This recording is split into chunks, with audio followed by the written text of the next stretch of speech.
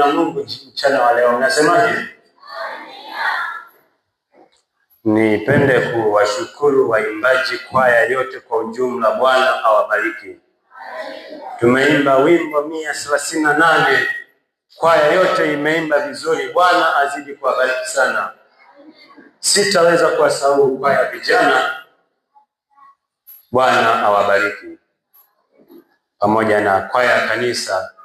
Bwana awabariki. Waimbaji wote kwa ujumla mmeimba somo langu. Mnasemaje? Mnasemaje? Mchana wa leo tunalo somo linalosema ondoka. Somo linasema ondoka. Fumbe macho tuombe. Baba yetu shepasi mbinguni, asante Baba kwa wema wako na ulinzi wako. Masaa Baba tunapenda kunena na watumishi wako. Tunaomba uwe pamoja nasi. Tutie nguvu za pekee, mambo machache kwa Kristo. Amina. Somo linasema ondoka. Unaondoka unaenda wapi? Unaondoka unaenda wapi? Au unaondoka unaenda sehemu ipi? Msomaji wangu wa Biblia, hebu fungua kitabu cha Isaya sura ile ya 6 fungu la 8. Twende kwa pamoja. Isaya 6 fungu la 8. Neno la Bwana linasema, kisha nikasikia sauti ya Bwana akisema, nimtume nani, naye nani atakayekwenda kwa ajili yetu? Ndipo niliposema, mimi hapa, nitume mimi. Asante mtumishi wa Mungu. Ni mtume nani aende? Ndipo neno la Bwana linasema nitume mimi hapa. Mchana wa leo tunapoenda kuangalia kisa kimoja, kisa kutoka kwa wana wa Israeli. Wana wa Israeli baada ya mfalme Farao kufariki walihangaika sana. Wana wa Israeli walilia na kilio chao Mungu aliweza kuwasikia. Ndipo Bwana akamtuma mtumishi wake akasema kwamba jinsi alivyokuwa ameweka ahadi ya Ibrahimu pamoja na Isaka, hawezi akawaacha wana wa Israeli. Hebu msomaji tusome kitabu cha Kutoka sura ya 2 fungu la 23 hadi fungu la 25. Kitabu cha Kutoka 2 fungu la 23 25. Fungu la 23. Tusome kwa vituo. Kutoka 2 fungu la 23. Ndio. Ndio. Baada ya siku zile za mfalme wa Misri akafa. Baada ya siku zile za mfalme wa Misri kufa. Nani msomaji? Wana wa Israeli wakaugua kwa sababu ya utumwa. Wana wa Israeli waliugua. Walifanyaje? Waliugua kwa ajili ya utumwa. Maana baada ya mfalme wa Israeli kufariki, wana wa Israeli waliteseka, wakaanza kulia. Twende msomaji. Kilio chao kikafika juu kwa Mungu. Kilio chao kikafika juu kwa Mungu kwa sababu ya ule utumwa. Kwa sababu ya ule utumwa. Sio tu kwamba wanalia kwa sababu ya ni utumwa umezidi.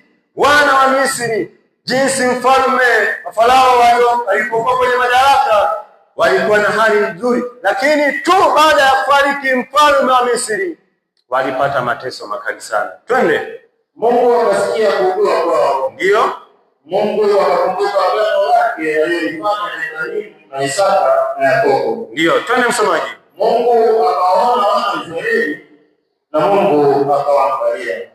Baada ya kulia kilio kikuu, neema ya Bwana Mungu akasikia kilio chao. Wamelia kugua kwao kwa mateso ya Misri. Ndipo Bwana akasikia kilio chao. Ndipo Bwana akakumbuka agano la Ibrahimu na Isaka. Ndipo Bwana, malizia msomaji, anasema fungu la 25 anasemaje? Fungu la 25 Bwana anasema, ndio. Mungu akaona wana wa Israeli. Ndio. Na Mungu akawaangalia.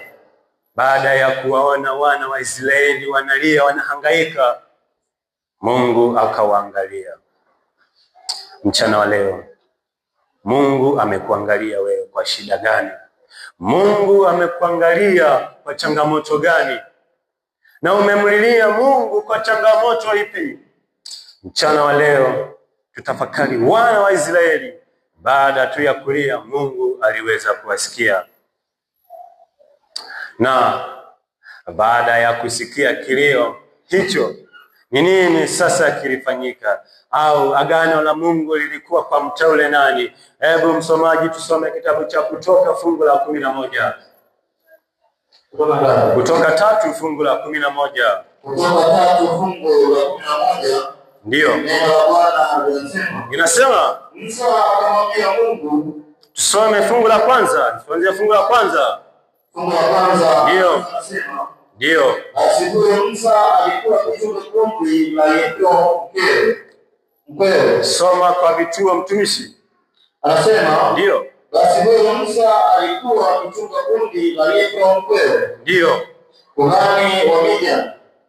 Baada ya kulia wana wa Israeli kilio kikuu, Mungu alikuwa amemwandaa mtu wa kwenda kuwakomboa wana wa Israeli. Mnasemaje? Na huyo mtu alikuwa ni mchunga kondoo ukweni, kwa baba mkwe wake alikuwa anachunga. Tusome msomaji. Akaliongoza kundi nyuma ya jangwa. Alikuwa akiongoza kundi nyuma ya jangwa. Akafika mpaka mlima wa Mungu. Ndio. Hata Horebu. Ndio. Fungu la 2 anasema. Anasemaje? Malaika wa Bwana wakamtokea. Ndio. Katika mwali wa moto uliotoka katika kijiti. Ndio. Akatazama, na kumbe kile kijiti kiliwaka moto, nacho kijiti hakikuteketea. Kijiti kinawaka moto, lakini kufanyaje? Ashumu ni wewe. Imagine ni wewe. Unatembea, unakutana na mtu, umeangalia mbele umuoni, lakini unafumba macho unakuta mbele. Utasimama?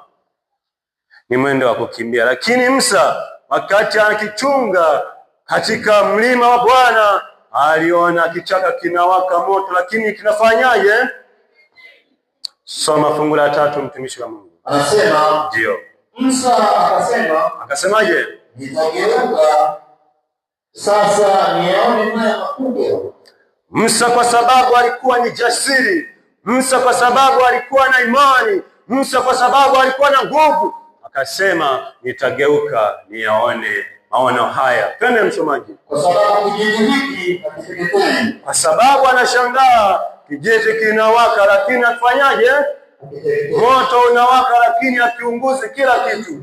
Twende msomaji. Bwana alipoona kuwa amegeuka ili atazame. Ndio. Mungu akamwita kutoka katikati ya kile kijiji. Alimwita. Twende. Akasemaje? Musa. Ndio. Musa. Ndio. Akasema mimi hapa. Aliitwa mara ngapi? Mara 2. Musa. Musa. Kwa sauti ya unyenyekevu Musa akaitikia, mimi hapa. Twende msomaji. Naye akasemaje? Usikaribie hapa. Ndio. Vua viatu vyako miguuni mwako, maana mahali hapo unaposimama ni takatifu. Baada ya Musa kugeuka na baada ya kuitwa na Mungu, Mungu akasema usikaribie, vua viatu vyako, maana hapa ni mahali patakatifu. Vua viatu vyako. Musa aliambiwa kuvua viatu vyake, sio tu viatu vilivyovaa. Vua moyo wako, ujitakase na Mungu. Nasemaje? Musa aliambiwa ajitakase na Mungu. Manake Mungu amesikia kilio cha wana wa Israeli, na wana wa Israeli Mungu akawaona, na baada tu ya kuwaona anaenda kwa Musa kwa ajili ya kwenda kuwakomboa. Na sio tu kwenda, ukienda kwa ajili ya kuwakomboa wana wa Israeli mpaka umejitakasa. Na Musa aliambiwa na Mungu ujitakase kwanza, ndipo uanze kukaribia kijiti hicho. Mchana wa leo Musa baada ya kuambiwa na hayo maneno na Mungu, Musa alitoa uzuru. Uzuru wako ni upi? Uzuri wa Musa ni upi? Uzuru Musa alitoa hata kwenda kuwaokoa wana wa Israeli. Musa alitoa sababu nyingi sana za kutoenda kuwaokoa wana wa Israeli. Lakini Mungu, kwa sababu Musa alikubali kujitakasa na Mungu, Mungu alikuwa pamoja naye. Mungu alimwongoza Musa mpaka Misri. Tusome kitabu cha Kutoka sura ya 3 fungu la 11, msomaji. Tuone kwa nini Musa alikataa, alitoa uzuru, kwa nini asiende Misri. Twende msomaji. Fungu la 11 anasema, Musa akamwambia Mungu, mimi ni nani hata niende kwa Farao nikawatoe wana wa Israeli watoke Misri? Asante. Mimi ni nani mpaka kunichague niende kwa Farao nikawatoe wana wa Israeli Misri? Mchana wa leo chaguo la Mungu lilikuwa ni Musa. Mchana wa leo chaguo la Mungu lilikuwa ni Musa. Kwa nini Musa? Kwa nini Musa achaguliwe? Kwa nini Musa? Mchana wa leo chaguo lako ni nani? Mungu chaguo lake alichagua ni Musa. Wewe je, unamchagua nani mchana wa leo?